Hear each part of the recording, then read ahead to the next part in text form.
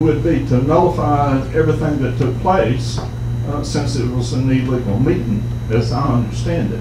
Now, will the Attorney General prosecute violation of state law? I know you will not.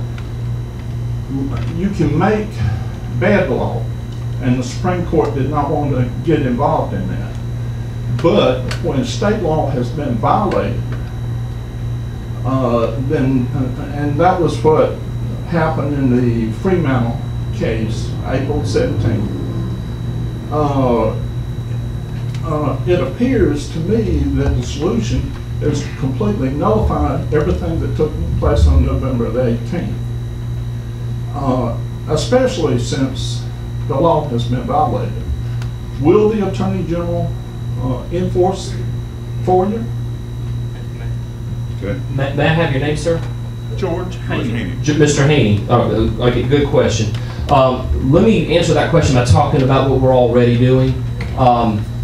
Last year, several years ago, y'all remember there was a debate in the state government about the stimulus money, and Governor Sanford he wanted to go to paying down debt, and there were certain things he could use it for. And anyway, there was a bunch of attack ads funded by an association. It was a public association. I'm claiming it's a public association. I'll tell you what it is because it's in the public domain. It was the South Carolina Association of School Administrators. You know, a lot of good school administrators, a lot of good people in that group, but there was some money that was used, that was allegedly spent by that group advocating against Mark Sanford because of his position on the money.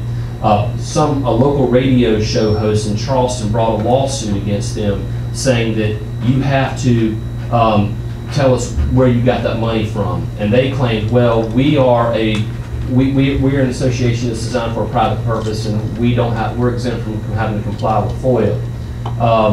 This was a private lawsuit. When I read about it and I started looking at the facts, I found out that the South Carolina Association of Justice, its members are on the state retirement system, state dental plan, state medical program, and just medical insurance program. That they also receive not only retirement but annual leave. They receive state monies. A local circuit judge basically said they didn't have to turn over those materials pursuant to FOIA. And I'm saying, wait a second, any association that receives any amount of public funds, de minimis amount, a penny, if you open your doors up, then you need to tell the people of South Carolina how you're spending your money and how you're conducting your business. The judge says this is an infringement on First Amendment. Now that's ridiculous because no one's telling them they can't say something. They're just got to say how they're spending their money. So I actually intervened in that case, took it over from the private citizen, and currently litigating that case. Our office is currently representing that citizen. Now I'm not sure if there's a criminal component to FOIA. I know there's a civil component. We can file DEC actions, seeking declaratory judgments where a court will rule that someone's in violation and do a court order, or potentially we can even file what's a writ of mandamus, which basically we ask the court to mandate somebody obey with the law, and if they don't, then they're in criminal contempt of law. We're already doing that with another issue right now. I'm vaguely familiar with the FOIA component of this case and what the Supreme Court, and I just heard for the first time Justice Toll's comments. I was gone, I was not involved in that part of the case. That was, I believe, a private suit, was it not? I'm not aware that but our office has already taken a position, and if you allow me the opportunity to get back, and we've already taken a public position in litigation against another association because we believe they're violating a FOIA request. So my answer to your question is, would I consider getting involved in this case? Let me get back in and look at where it is, what's going on, because I'm already neck deep in this thing. I've already taken a position that FOIA needs to apply to everybody who receives any public dollars, period, in the story. And if you don't, you need to be held in contempt of court if you're violating an order. The Supreme Court has already I was there. He's got it tape recorded, and I just would like to. And I want you to, and I'm sorry, Mr. Haney, I'm agreeing with you. What I'm saying is allow me the opportunity, because I have 8,000 cases, and I'm all over the country on some of these cases. So allow me to go wrap my arms around this thing, find out what's going on with it, and I can get back. I mean, Rick and I talk about it once every other month. We could probably talk more frequently now. But I'm happy to try to, and Adam Piper's going to give you some info at the very end, his contact information. He's over our constituent services. But I'm very interested in looking at this. I just don't know enough about it to tell you how I would handle it. I'm just telling you how I'm currently handling a FOIA case that I intervened in. I jumped in someone else's fight and took it over and put the power of the state behind it. But I'm very interested in it. Let me just understand it a little bit before I opine on it. Well, there's a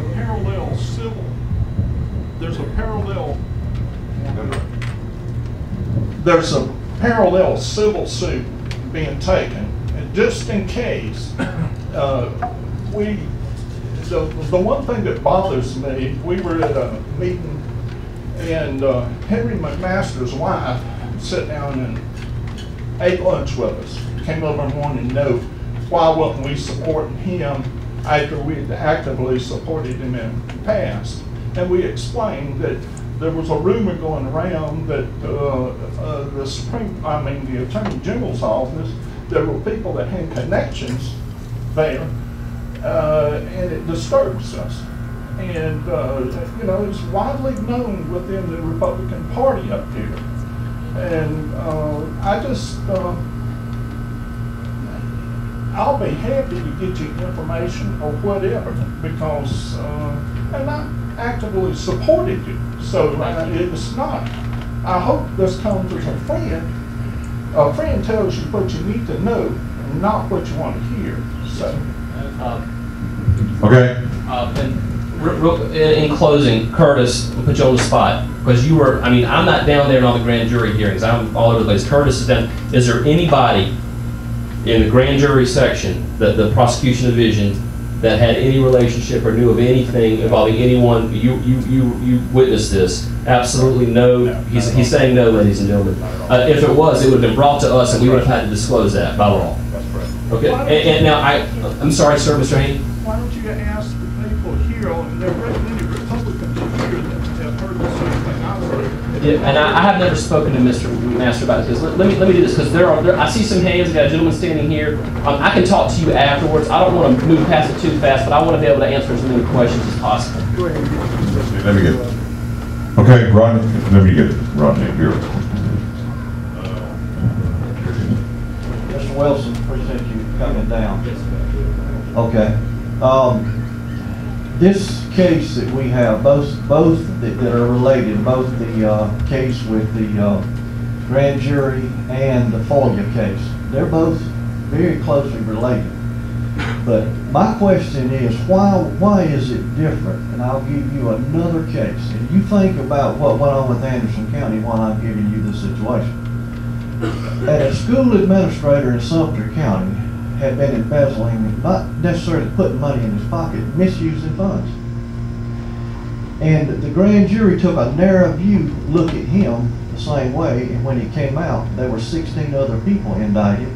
It branched out, and if we didn't get this narrow view of saying, well, we looked at this and we didn't find anything relative to the question you asked, but with 10,000 documents, and most of us that have lived here and watched the misuse of funds, watched favors being given out to elected council members in trade for, we've seen it.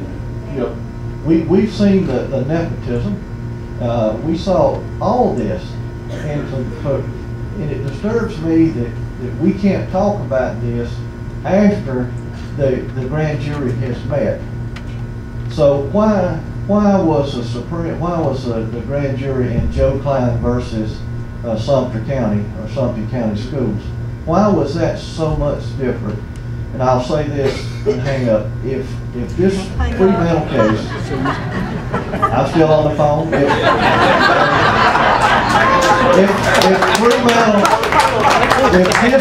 this Fremantle case is not successful, there's no better benchmark than this. If he's not successful, then FOIA is nothing more than a suggestion if it doesn't back up and undo what was done. Thank you for coming in. Mr. Sanders, Rodney Sanders, is that my reader tag? Okay, Mr. Sanders. First off, a good question. understand that there are roles that we play in the criminal justice system, and not just criminal, but our civil justice system.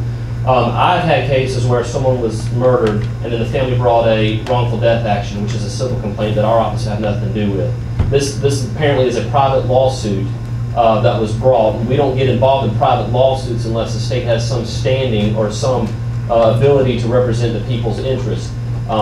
So I don't know if this is a good answer to your question, but to say this is that there can be factual patterns that overlap with a civil case and a criminal case, but the grand jury doesn't investigate FOIA. That is not, I mean, that is not under the law. There are other ways, and I'm not even sure if there's a criminal component to FOIA. I need to go back and look if there's a criminal sanction for violating FOIA. If not, maybe Representative Thayer, we should talk pre-filing for the bills. But there are ways to enforce FOIA through court orders, and I can, like I said, I've already brought a suit to enforce it in another case. I'm willing to do it in this case once I go and look at it. I'm very open on the books about how I feel about FOIA. I'm for it. 1,000% enforcement, give it teeth. I mean, give me some teeth to bite with. But that was a private civil action brought to the Supreme Court. We were in the criminal lane, and you can have parallel proceedings that involve the same fact pattern but are not related outside of the fact pattern. That probably doesn't satisfy your question, but it's the only answer I got. Yes, sir. Yes, sir. Okay, I don't know how well the grand jury was with the inner workings of Anderson County politics, but we're rather strange, is the way to describe it.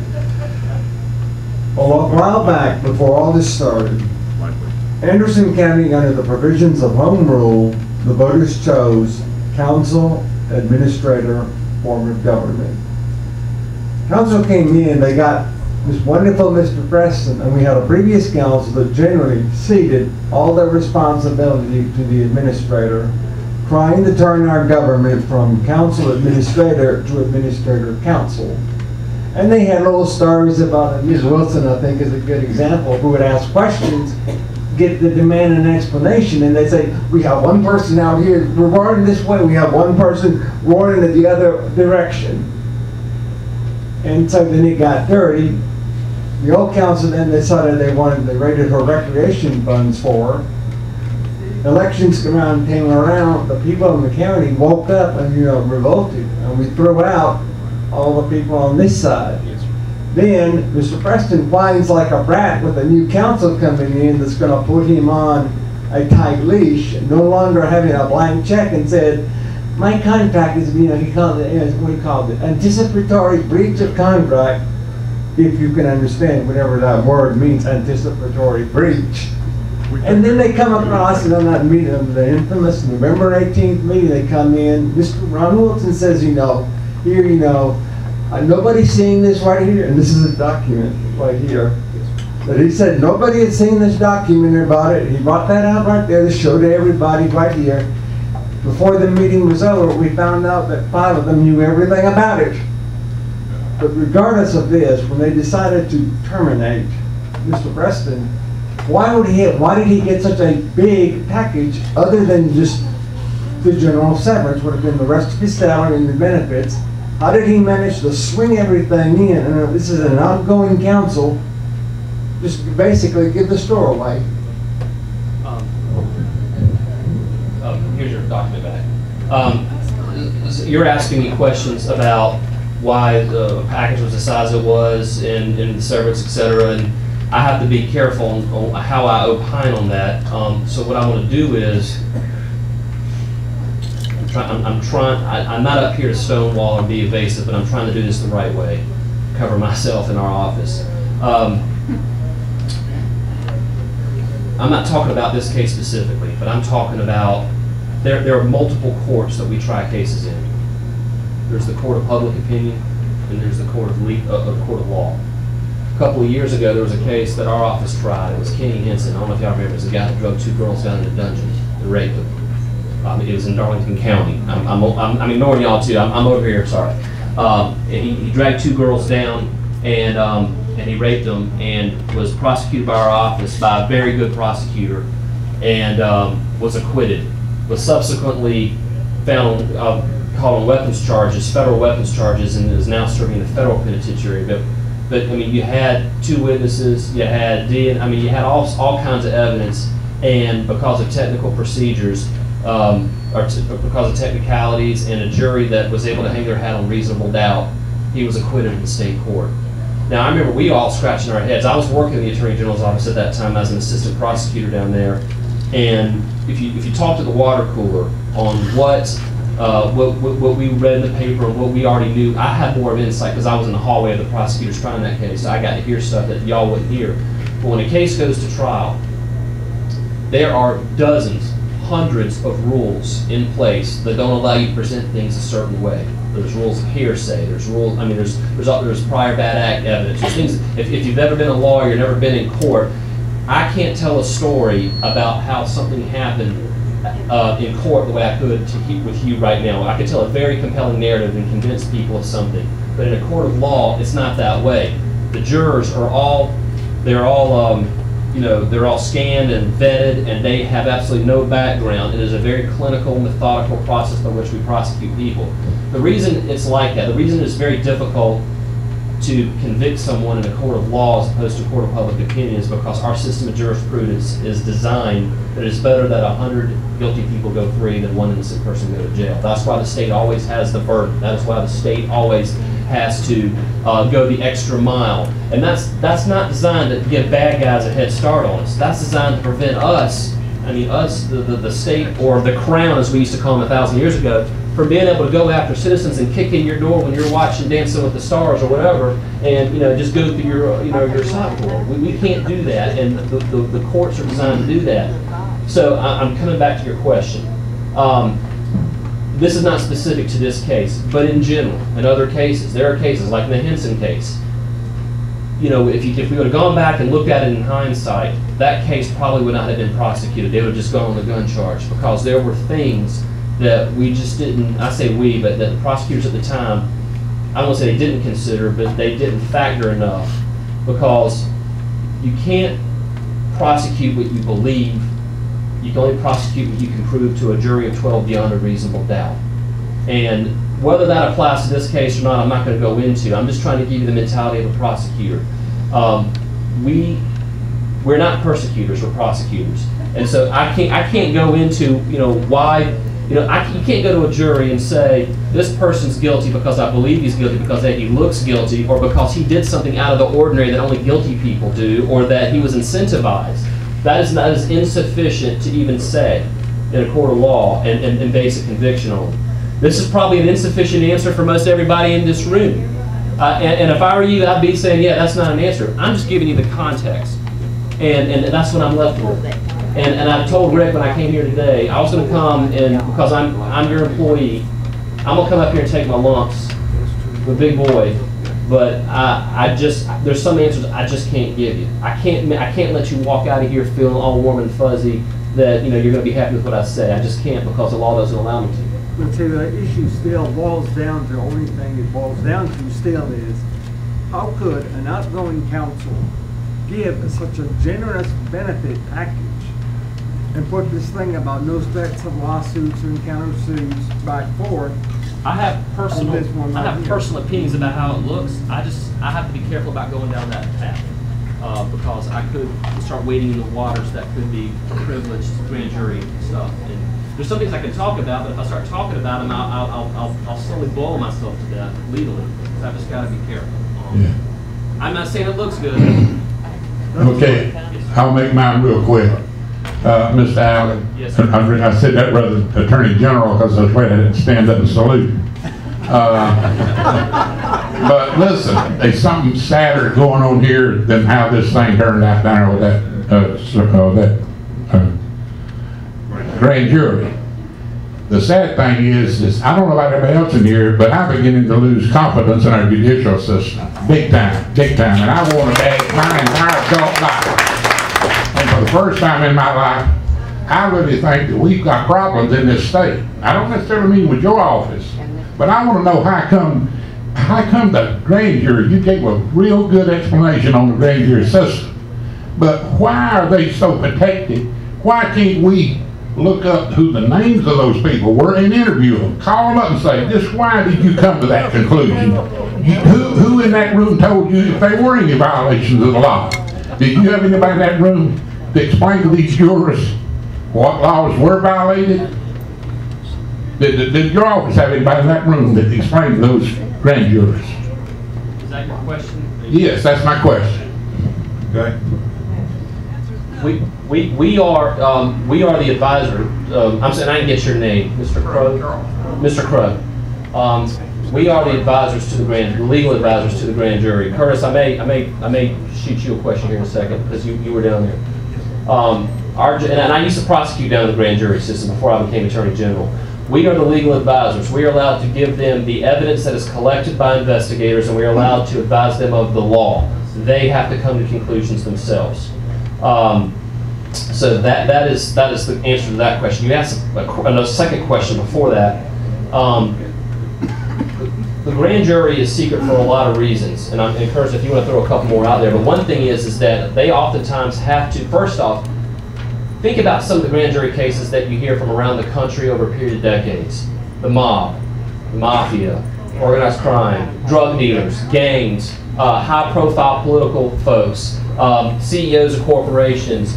People in a grand jury have to be able to go into a vacuum where it's sealed so that information and evidence can be presented in a way that is sanitized. When I say sanitized, I mean is that they don't feel like if they have to ever go out in public and speak about it, that there would be retribution. They've got to be able to come to raw conclusions without the outside pressures of the world. Also, another reason is, witnesses have to be able to feel free to testify. People come in there and they say things because we have the power to get them in there, and they get into the grand jury and they talk because they know that they're in a place that it's safe to talk. They know, they have to feel that it's safe to talk. Sometimes they talk about very sensitive things that could be life and death type situations. Not always the case.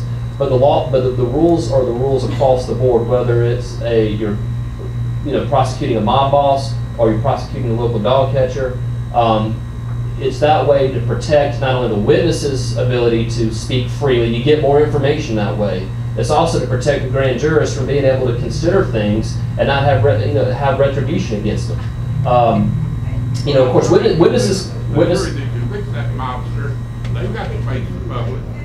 Well, you're right, but in the grand jury is it's an accusatory thing, because here's what happens is that's a public trial. A lot of times, it wasn't this way with the Lieutenant Governor's case, but a lot of times cases go before the grand jury you never hear about.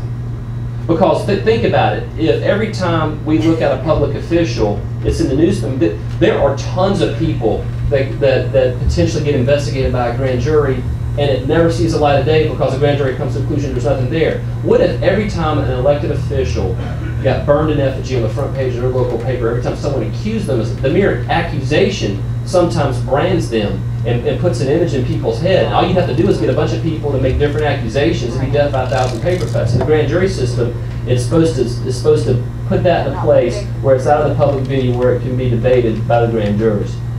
When you get to a trial, that is a public venue that the public has every right to see the transparency of the information. Now, even when you get to trial, there's a lot of stuff you don't get to see as the public, and the jury doesn't get to see and consider.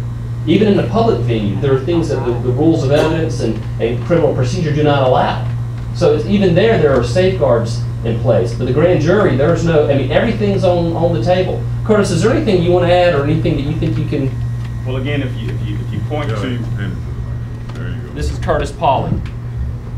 again, to answer your question, if you look at Section 14.7, 17.20, the secrecy provisions, the only persons that are allowed in there are the witness, the grand jurors, the AG's designee, which would be one of our prosecutors. So I can't go into what we said to them. To answer your question, was there someone from our office as their legal advisor? Yes, there was, but that's as far as I can go as far as that's concerned. Does that answer your question, sir? That's good enough. As long as there was somebody there. Yes, sir. Now, there's a but. There is somebody there until they deliberate and they vote. That's correct. We're not allowed to be in there when they vote on whether or not to indict the person. We're only in there for the witnesses and asking the questions, but we don't get to be in there when they deliberate. Okay.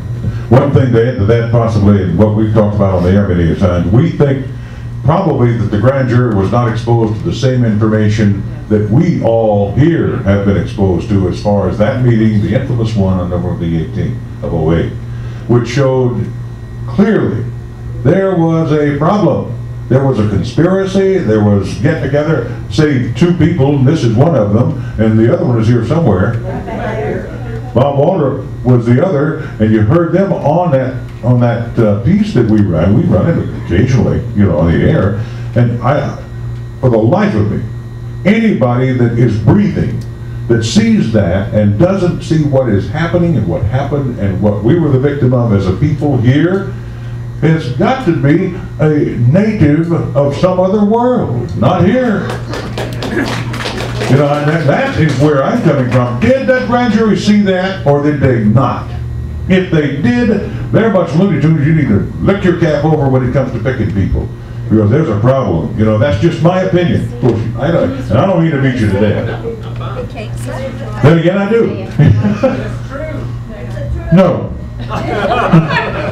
Okay. Thank you for coming up, and it's a very contentious, difficult situation. There have been 2 attorneys general, and I was given a friendly invitation to go to the second grand jury, and arguably there are ineptitudes built into the system that we all have to adhere to and make matters difficult. I spoke before the second grand jury. I asked if they had seen the tape. Now that second grand jury was composed of half of the first grand jury and a new half that was fresh. They looked at each other and they hadn't. So they had not seen that. That was the second grand jury. My personal question is not the matter of secrecy. I respect and honor that. I truly do. But our question is what evidence actually got presented, because if they didn't see the crux of the matter, then they didn't have a concept of what was going on. There were appearances and evidence of 3 tainted votes of the 5-vote majority that overruled what Mr. Waldrop and I sought. Was that ever looked into? I sent material down after we went that indicated strong evidence of one of those 3 tainted votes, more evidence that it was a tainted vote. And 2 weeks after I sent it, that person got immunity. And from my observation, he would have had nothing to contribute except answering questions related to what would appear to be the tainted vote. So, you know, the problem that we have as a population here is we've suffered from years, and you were kind enough to call me back. I got sued 4 times, lost my homeowner's insurance over all of this, just for asking questions. Our taxes are still high here, and the new council has come in trying to straighten out and put us on an even keel. But did the members of the grand jury see the evidence? If you say 10,000 pages were available, that doesn't say it was presented to them. It's just very distressing because we still have to go work through all of this. But thank you very kindly for coming out. And Ms. Wilson was actually, I think, my first phone call after the report came out, and we had a nice chat on the phone, and you were very polite, you were very firm in your belief, and I respect that, and I appreciate you for calling. I recognize your name. I think we're probably cousins somewhere back then. Let me say this. I have to, again, I'm going to be very careful. I'm being very careful, Ms. Wilson, but I can say this. You spoke to the second grand jury. There was a third grand jury that was impaneled for an entire year, and it just went out this past June. We do it every June. I'm going to stop there. I can also say that I can't go beyond the 4 corners of that document on that table right there. And the way it was drafted, I don't know why it was drafted that way, but I can't add to it. But I can say this. There's one person in this room who is more frustrated than every single person in this room. That's me. Because have you ever been in a situation where you could defend yourself or defend something that you were a part of by your position. If you could only talk about it, you could convince everybody, wow, you know. Have you ever been in a position where you could win people over if you were allowed to say everything that you knew, but because of some reason you couldn't? I'm in that position right now, and it's frustrating me. It's like, you know, I watched a TV show, and in the TV show, the main character is the good guy, but he's looked at as the bad guy because nobody knows everything that the viewers at home have seen on both sides of the issue. It's just, I don't know if you've ever, bad analogy, that's the best analogy I got. But I'm frustrated because I'm up here right now as your employee, as your Attorney General for the next 2.5 years, trying to answer for the operations of my office. And unlike any other elected official in the state of South Carolina, I can't give you what you asked for beyond what's in the documentation I'm allowed to give you by law. Now, I've drawn some inferences. You were the second grand jury. There was a third grand jury that was impaneled for an entire year. That's a fact. That's public information, but I can't go beyond that.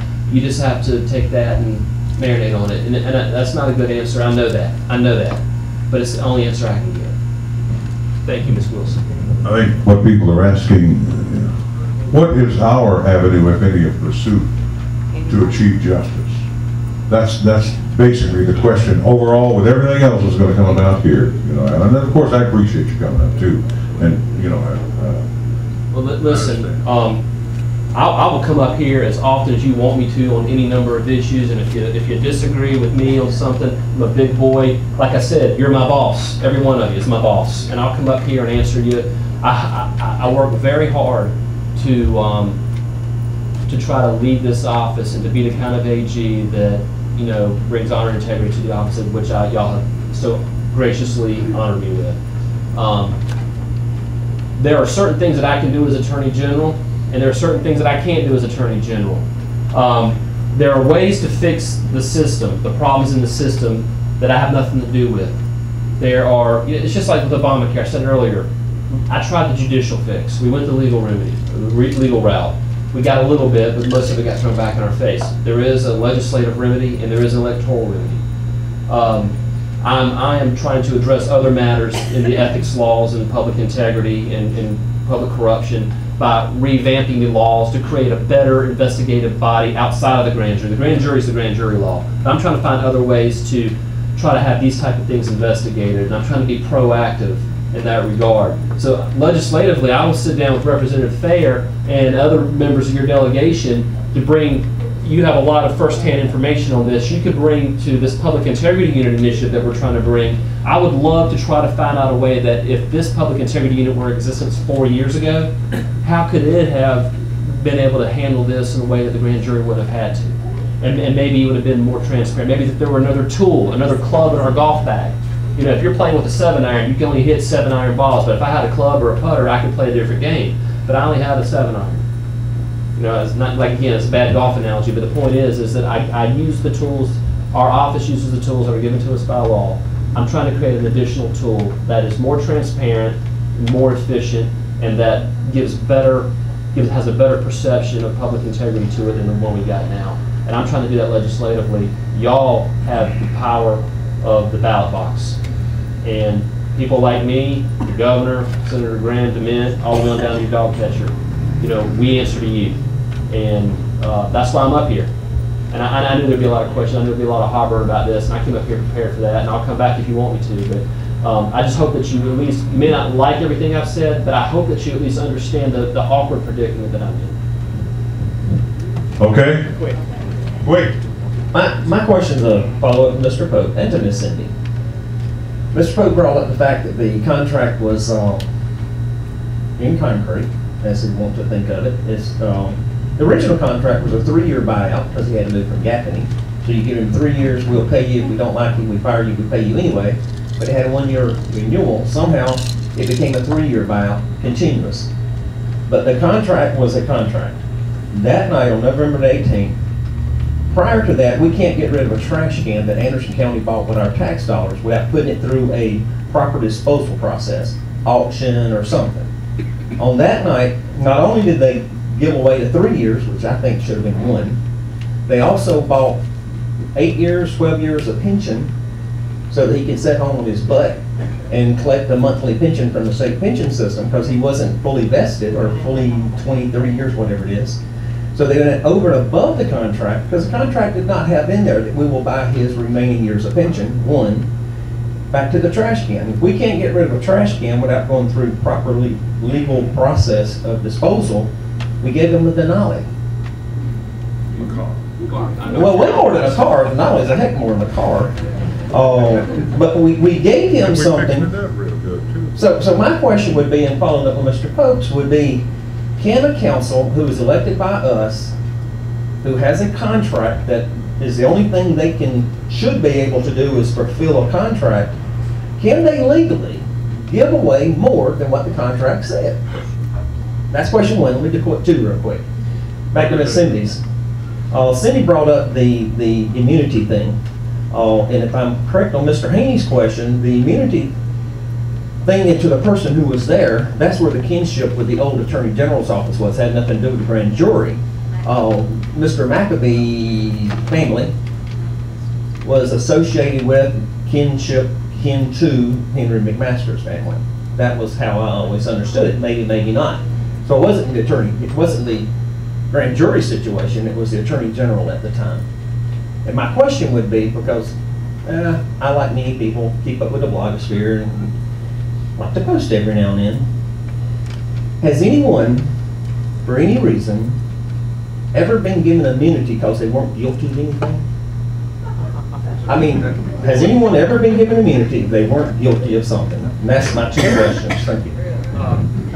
I will not talk about a current case for the grand jury or former case, but I can tell you in general, let's say, hypothetical, you've got a kid smoking crack on the street and a cop catches him, and the cop says to the kid, parents hire the kid a lawyer and they bring the kid in and he says, you've been arrested for possession of crack cocaine. And he says, listen, we just want to know where you got the crack cocaine from. We'll give you immunity if you tell us who gave it to you. And the kid says, all right, well, I got it from John Doe up the street out of the back of a truck behind the apartment complex. So they go and they use that, based on that, get a warrant for John Doe, and they arrest John Doe, and they say, John Doe, we told that you gave this kid a crack rock. I tell you what we'll do.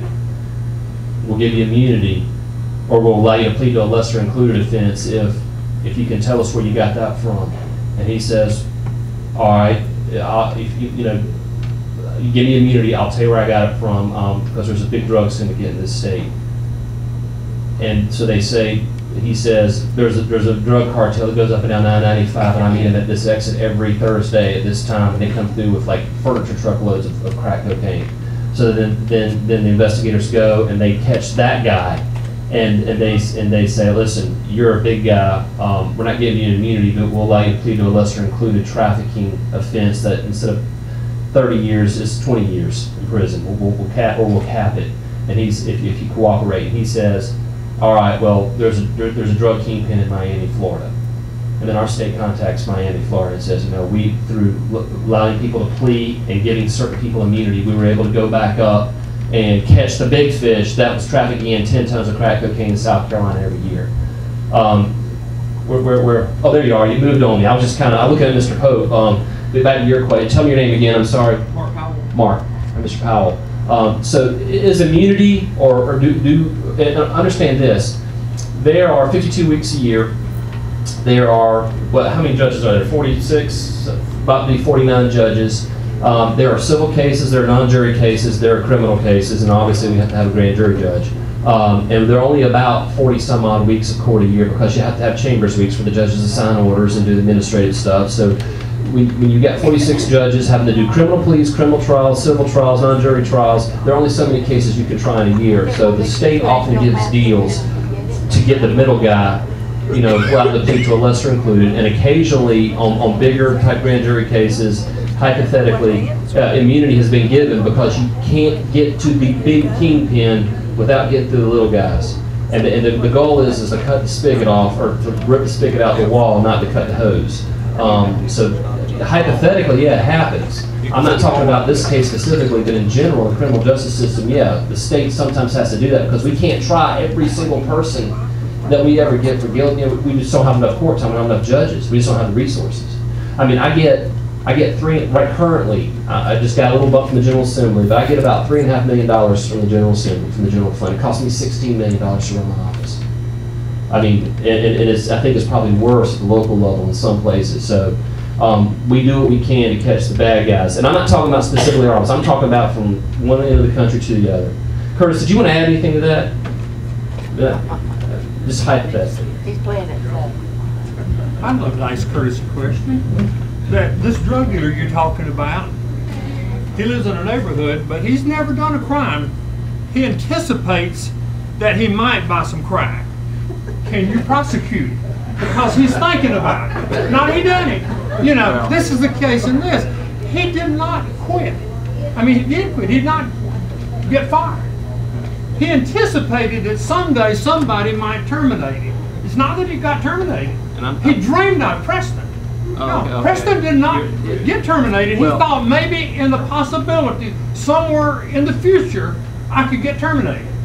And that's what we're prosecuting. You know, is it right for him to get all this servant's pay because it's possibility that some council somewhere down the year could terminate it?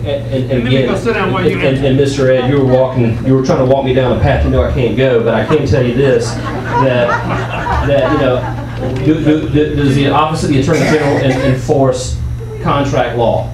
No. We don't get it. We're criminal prosecutors, and so we stay in the criminal prosecution lane. And that's just a short answer. Well, Mr. Wilson, thank you for being here today. I find out I can't drive my car very much by the rearview mirror, and I'd rather talk about the future than what's happened. What's happened has happened, and there's frankly not a damn thing I can do about it. If there was, I'd do it. What I'm concerned about, and I hope you'll take this, I'd like to file a complaint with you about something that I allege is illegal.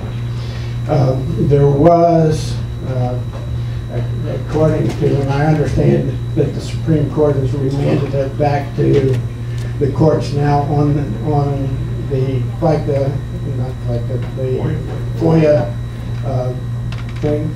I think that voids that meeting. What I'm concerned about going forward, there was approximately $300,000 that was paid to the state retirement fund. And I think that you have a responsibility to protect that fund. And if that was an illegal meeting, and that, I think the state retirement fund ought to void that retirement. I think that monies paid were illegally gotten, and I would just like to refer to you that the state retirement fund is being looted by an illegal meeting. And understand, you use the term illegal. Illegal doesn't imply criminal. It implies there's going to be things that are really illegally in a civil component. And so, yeah, I mean, could something be done from the retirement system? I mean, I don't want to tell you in front of, there's about 50, 60 people here. I don't want to go ahead and commit to you that, yeah, well, there's a legal remedy. There very well may be, there very well may not be. I won't know till I look at it, but it's certainly something that, you know, the investment commission, or the retirement commission rather, could pick up and look at. Because that would be something that they could audit and review, and I'd be happy to look into that. I work Parsons. Thank you. And one reason was because of the past attorney general. But did you tell me you had not seen the video? I did not say one way or the other, because I can't. Well, if you haven't, I want you look to, at it? I will you promise me that you will look at it. But anyway, it was bad that night. I was there, and I can't. They amended the agenda. That was wrong. I mean, they came in. We had 2 council members there, Mr. Waldrop and Cindy, didn't know anything about it.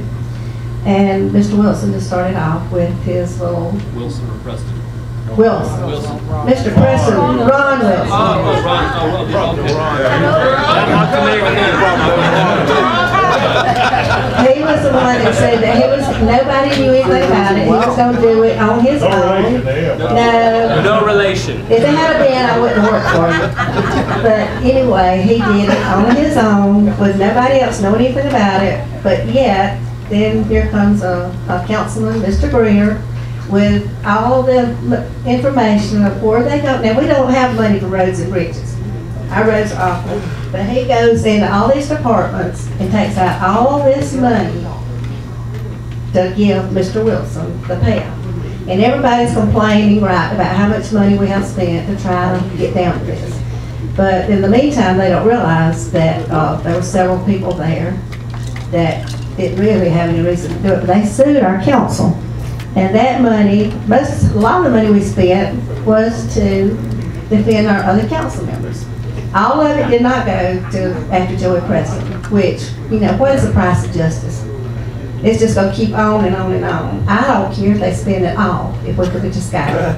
But if you could see what he has built and what he's doing now with our money and go around laughing about it. But anyway, that night, they got the money up. Nobody knew about it now. They hadn't had any secret meetings, but nobody knew. But then all of a sudden, here comes a way to pay it off. Ms. Wilson and Mr. Waldrop would say, "What's going on here? Can we talk?" And one, in fact, the one that got immunity, anyway, every time she would ask a question, she said, "Can I ask a question? But you don't have the floor, do you?" You know, this was some more meeting. And then here comes, when they gave him the payoff, and one of our other council members says, "Well, since we don't have a administrator now, I think we need to hire the new one." So she pulls out a contract out of her pocketbook for the new administrator, calls him up to the front, and they swear him in. And these two council members know nothing about it. And I've always thought if you got a job, you had to post for it. You had to be in on it and all this. But every bit of this went on that night with two council members not knowing anything about it. Nobody in the public knew about it. But they had not had secret meetings, and when you amend the agenda, it's supposed to be posted. I mean, everybody's supposed to know about it. But anyway, they didn't even finish the agenda. One of them that was chairman was sick. He kept coughing, and I thought he was going to die. But he knew it was something wrong. That's what was wrong. And the other one kept, every time they would ask a question, they would try to ask a question, Mr. McAbee would say, "Point of order, point of order." Wouldn't even let them vote. Point of order, point of order. We've heard it so much. But anyway, all right, shut up, Charles. But that night, anyway, he says, "I'm tired, I'm going home." The chairman now, he said, "I'm tired, I'm sick, I'm going home." Mr. Waldrop said, "We have problems, we have a lot of things to settle on this agenda about the county that needs to be done. Well, I'm sick, we're going home," and they adjourned. And they all went down to the bar. And but I think there should be something done. But let me ask you one more question, I'm going to shut up. This grand jury that you have, you say there's 18 members, and they rotate every year. Four alternates. Some are holdovers because you want to have some experienced grand jurors in the next cycle. Well, to me, you know, when you have a murder case or any other kind of case, the jury stays there the whole time. I know that this is different, but that's like telling we used to play this little game. You tell this person something, by the time it gets to the end, it's nothing like it was. I think that they ought to go ahead and redo this grand jury and make them all stay on the same case. And how can they read all that paper? 100,000 pages? 10,000? If they read that twice a month, somebody's got to be fast readers. But to me, there should be something done. And my name's Jean Pruitt. Miss Pruitt. Can you see anything about that? Are you permitted to No, sir. minutes? No, sir. I'm permitted to say what now? Are you permitted to even read the minutes of that meeting?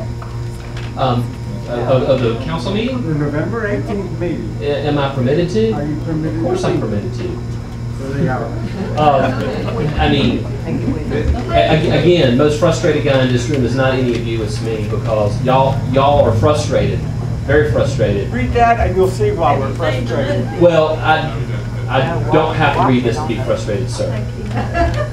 if it makes you happy for me to read it, I'll read it, but there's, like I said, I can't tell you why I don't need to read it. I'm just telling you, I can't defend, there's nothing to defend, that's why I'm up here, because I've done nothing wrong.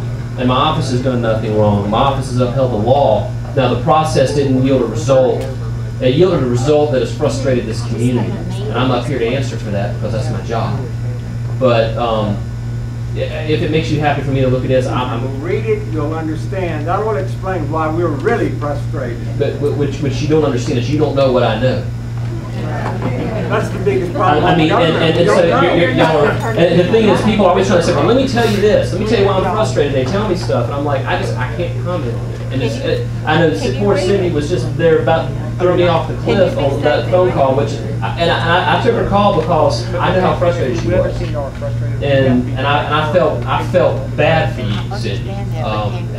But I'm telling you right now, I'm frustrated right now because I just can't comment on the things you want me to comment on. And it's frustrating you, but it's even more frustrating me because if I could, by law, then there would be better feelings walking out of here. Maybe not about the result, but about the process. And there's nothing I can do to fix it. And I'm just going to take my What that will do is, that will explain frustration.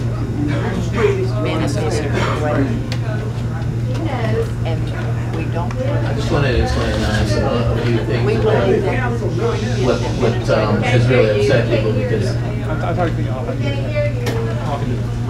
I just wanted to explain some of the reasons why people are really upset because the contract was void. The contract was void because of the Piedmont versus Cowart case. We all knew that. He knew that. We knew that. He got 5 people together to give him his buyout. In the severance agreement in the contract said that he was entitled to about $500,000 or $600,000. He got $1.4 million on a void contract. They could have fired it. They could have fired him, but he said it was anticipatorily breached, and then they engineered a buyout on a void contract. That's what's got everybody upset. Because in the Piedmont versus Cowart case was even mentioned in the Fremantle decision. Mr. Fremantle's here. Actually, he's the one that's on the FOIA case. Okay. And by the way, I'd just like to say there is a criminal component to FOIA. It's got to be an intentional violation. It's got to be an intentional violation. You're right. And as you well know, I know you know more about the criminal law than I do, but a conspiracy to commit a misdemeanor is a felony. Conspiracy to commit a misdemeanor is a felony, I think. I think it's the principle. It's the general principle from it. It's right. You're still convicted of the same thing, but it is. Conspiracy to commit a misdemeanor, I believe, is a misdemeanor. Conspiracy, but anyway, go. Well, we'll talk about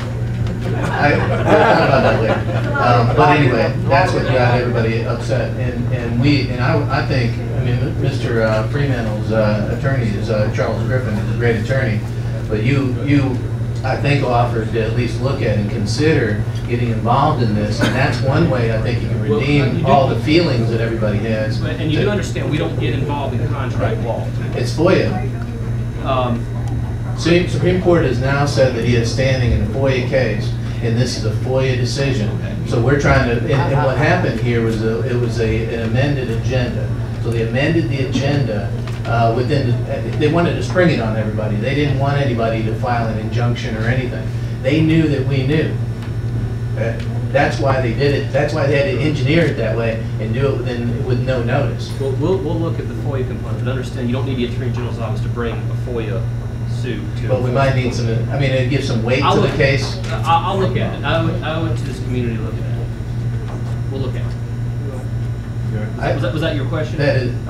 Yeah. Well, actually, I was just going to explain it to you, and I would encourage you to try to get involved in the case and help out Mr. Fremantle's attorney. Yeah, it's a weight to the case. Unless I'm misunderstanding what the Supreme Court justices were saying, this was a 5-0 decision. They indicated that the Attorney General did have.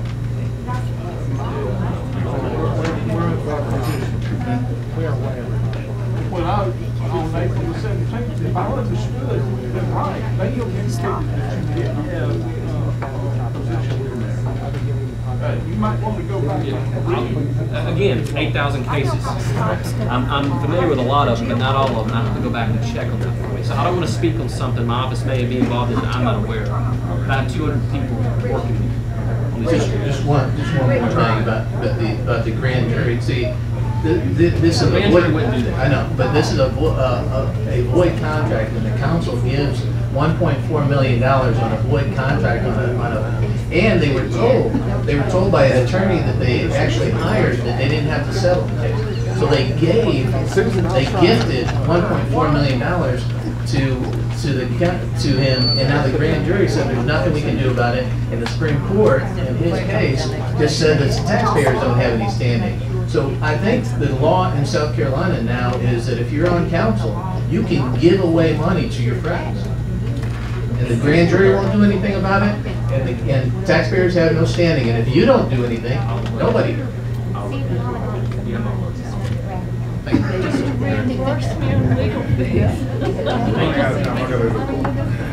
Thank you for coming up and speaking to us, Mr. Wilson. Mr. Gibson just touched on something that has, he knows who I am, Mr. Gibson just told me. Introduced by about 4 other people. Mr. Gibson just touched on something that has been a burning issue in my soul ever since November 18th, 2008. I'm excited to see that you want to do something with the Ethics Commission. When you have a sitting county council person who can sit there and dole out $3,000 to other fellow county council people, and you have an individual like me who calls the Ethics Commission, and I receive an answer that there's nothing wrong with that, it's done all the time, especially in Columbia. In my eyes, as a layman, I see him buying favor with other county council members. Is it a problem? I don't know. I do know this. 2 weeks before he relied on that favor that I presumed he bought from fellow county council members, his daughter's contract was renewed by his daughter's boss, who was Joey Preston.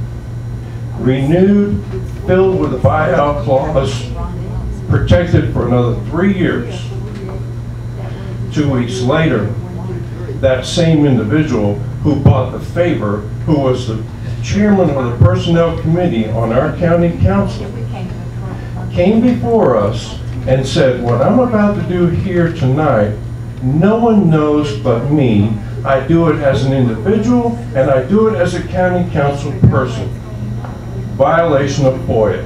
No 24-hour notice. Amends the agenda and then hands out $1.14 million to his daughter's boss. Something's wrong there.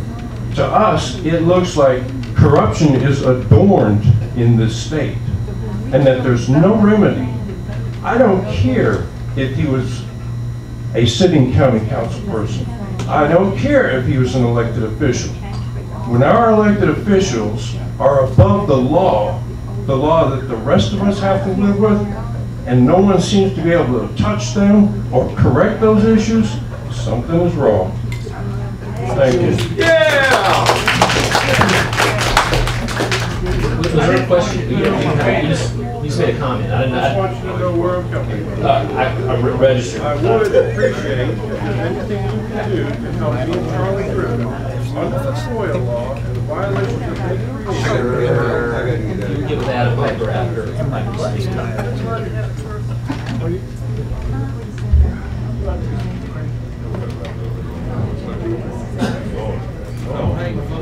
Okay, hello, Mr. Wilson, this is Gary again. Alan, would it be within the jurisdiction of your office in this case, dealing with even the civil matter, to file an amicus brief in support of the FOIA? Very possible. I mean, like I said, I'm so rabid with FOIA.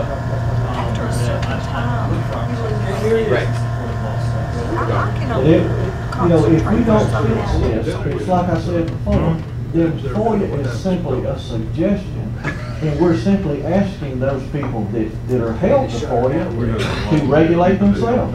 And that's what we had here. They just decided that, since there were no penalties, that they could just do it. So if you would consider that in this Fremantle case, I think it would go.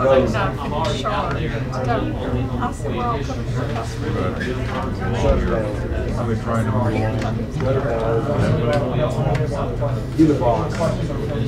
Yeah. Well, you know, one thing is that I think this is to me is a great crowd of people for one reason.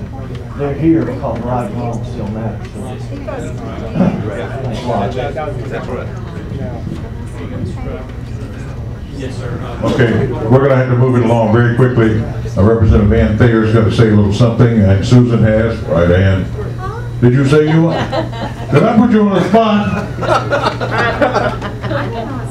No, she don't want. I thought you wanted to say something. You don't want to say something? I don't either, Rick. You have our permission. I didn't. Everybody's ready to go. Okay, we gotta move along here very quickly. So you gotta go home. Good to see you again, Alan. I helped to vote you in. Yes. My name is Elizabeth Fant. I've met you at several meetings, Monday meeting, whatever. We understand the position that you're in. We understand what you're saying as far as the legal position. But you're here in front of a bunch of people, just a slight number of people who represent a huge other population that are hurting very deeply. This whole thing has ruined the county. It has separated people, friends from friends, families from families. We see that a great injustice has been smeared across in front of us, and we feel like that the law has been trampled on. And I never thought I would get involved in politics.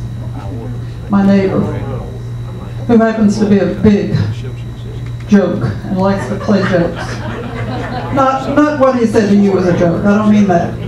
But he one day told me, he said, you need to come to county council and observe what's going on. He said, it's just a circus. So one night I did. And I'm out there. This was like in September. And I started going to every meeting. And nobody around here knew me except for them. And I sat there quietly but steaming. And when November the 18th happened, blank hit the fan. Because I've never felt so violated, thank you. And to understand really what's going on in this county. And something has to be done, and I don't know what it is. But if this 4-year thing is not the solution, I'm afraid we're going to have a problem. Can I give my closing comments? And I'll walk out of the restaurant slowly so you'll have a chance to get your last big. First off, y'all have been as frustrated and angry as you are at the situation. I feel nothing but you know, that y'all show me great respect and y'all all treated me very kind, so thank you. I appreciate that. Couple things. What I'm hearing from you, I already know and feel. I came up here already with this mindset, knowing what I was walking into, knowing how y'all felt. The day that you and I spoke, great weight on my chest, on my heart, weighed heavy. But when I leave here, I want to use, and Ann, you and I'm going to start quoting you here, and quoting you, but using you in a second. I'm going to start quoting what's going on up here as an impetus for why we need this public integrity initiative in the General Assembly.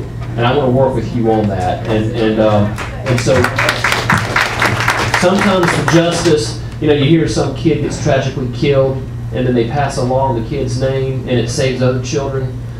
You know, we've all Jessica's Law and things like that. This, unfortunately, might be a situation where this is an example, this is a tragic situation that y'all are having to endure, but maybe it will be the catalyst for some good. And I want to be part of that. And I commit to be part of that. My closing thought is this. I hear you. I believe you. I understand you. understand this with me.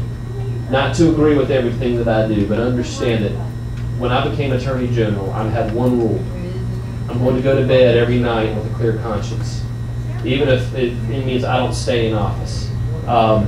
So when I go to bed at night, I agonize over doing the right thing and following the Constitution, following the law, and I'm going to continue to do that. And I will come up here as often as you need me to for you to believe that I believe that. Another thing I want you to believe is that the day that you see me or anyone else in an elected office acting like we don't work for you, and I know how you feel based on what you just went through the last several years, throw us out of office, me included, because I don't deserve to be there if I'm acting like I'm entitled to this position. So I'm asking you to, we need to stand together and have this view, but if you think that I or anyone else, whether they're a county administrator or county council, or whether they're governor or U.S. Senate, whatever their position, they do not deserve to be in office. If they think they're entitled and that you exist to serve them, then they don't exist to serve you. And so that's how I feel about this job. And I won't be Attorney General anymore if my mindset changes. And you shouldn't want me to be your Attorney General. I'm seeing my good friend. A question, and then Mr. Waldrop here. How is the grand jury selected? Curtis, you want to? Well, I could read through the statute, but there's a process that starts as far back as we start a new grand jury each June. There's a process that starts back as far as March. Just like they get the other county grand jurors, or as far as going through driver's licenses is actually how they do it. But they get a group of, say, 700 across the state, and then they whittle that down to a group of 60. When we have empanelment every June, then they come in, and it's like you normally see as how a jury is selected as far as just randomly selected, but it's a system that goes through, but it's completely random as far as how that is concerned. Now, what was mentioned earlier, though, was, and understand I can't go too far as to the proceedings before the grand jury, but there are procedures in place to insulate if a grand juror is familiar with anyone in any of the cases that's brought to our attention ahead of time, and then those individuals, if